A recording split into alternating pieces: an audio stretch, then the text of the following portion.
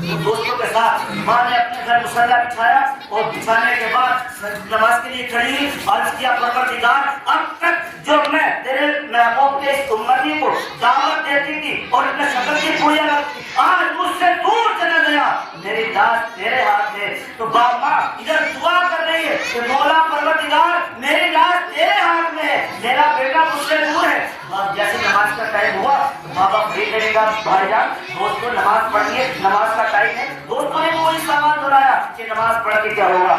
امام صاحب کی تشریف لے آئے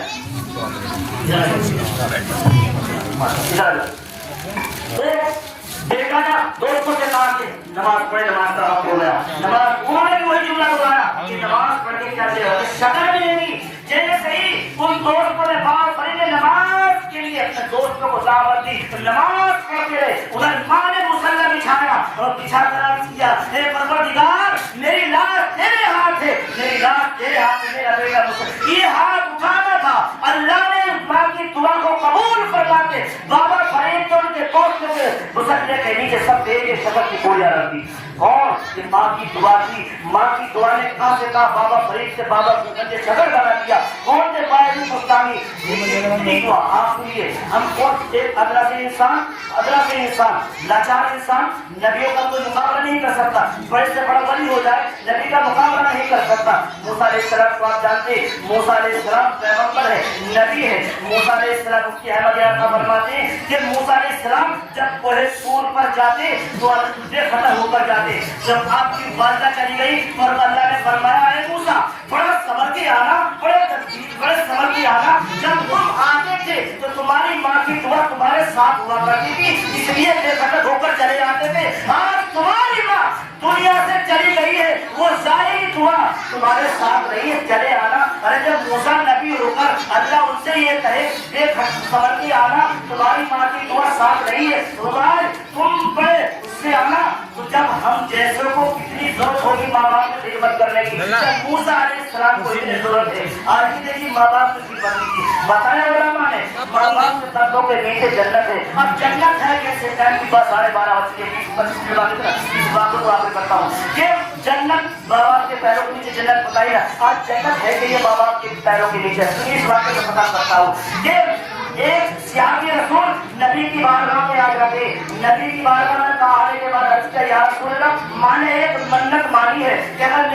میری منت پوری ہو جائے گی تو میں جنت کے نیچے اوپرانوں اور دروازہ اپنے دونوں کو چھوڑوں گا میری اگر منت پوری ہو جائے گی تو میں جنت کے نیچے اوپر کے دروازے کو بوسا دوں گا سرکار میری منت پوری ہو گئی میں سرکار کروں کیا آقا نے فرمایا تیری منت پوری ہو گئی کہ ہاں تو گھر جا اپنے والد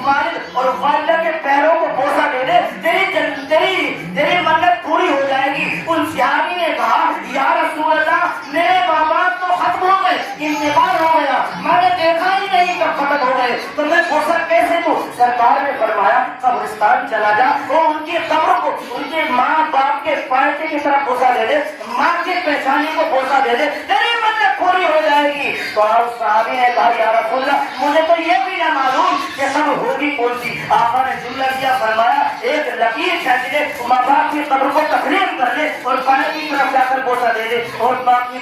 سہانے کی طرف بوسا دے دے تیری منت پوری ہو جائے گی تو سرکار کو خود فرما رہے کہ جب بوسا دے دے تو ہمیں یہاں سے درس یہی ملا کہ ہم جب مزار یا ماں باپ کے قبر اس پہ جاتے تو ہم بوسا دینا یہ سرکار نے بتا دیا کہ ماں باپ کے قبروں کو بوسا دو بوسا دینا جائز ہے سب چومنا جائز ہے اس لیے نبی بتا رہے ہیں کہ پیروں کی طرف بوسا دے دے ماں کے پیشانی کی طرف بوسا دے دے تیری منت پوری ہو جائے گی آج ہمیں ضرورت ہے نوجوانوں کہ ہم اب دنیا میں رہ کر ہم تعلیم بھی حاصل ایسی کریں کہ ہم اپنے ماں باپ کے وقار کو بھی اپنے سامنے ملحوظ رکھیں ان کی خدمت کو بھی کریں یہی خدمت اگر ہمیں بلندی تک پہنچا سکتی ہے یہی خدمت ہے جو ماں باپ کی خدمت ہے جو پہنچا سکتی ہے تو اس سے زیادہ ہمیں کوئی بلندی پر نہیں پہنچا سکتی ہے یہی آج میرے نوجوانوں ہمیں وقت ہے کہ ہم اپنے ہمارے سامنے جو ارے ان سے پوچھو جن کے ماں باپ دنیا سے چلے گئے ہو ان سے پوچھو جس کے ہیں ان سے پوچھو جس کے چلے گئے ہیں آج ہم دیکھیے ہمارے گھر جب کوئی بڑا بوڑھا ہوتا ہے ہم کہیں بھی گھوم جائیں ہمیں فکر ہوتی ہے کہ ہمارے گھر پہ ابا ہوئے گھر رکھا رہے ہیں ماں کی دعا دے گی ہم رات کے 12 بج جائیں دنیا ساتھ چھوڑ دے لیکن ماں ایک ایسی ہوتی ہے کہ بیٹے کا انتظار کرتی میرا بیٹا آئے گا میرا بیٹا رات کے 12 بجے آئے گا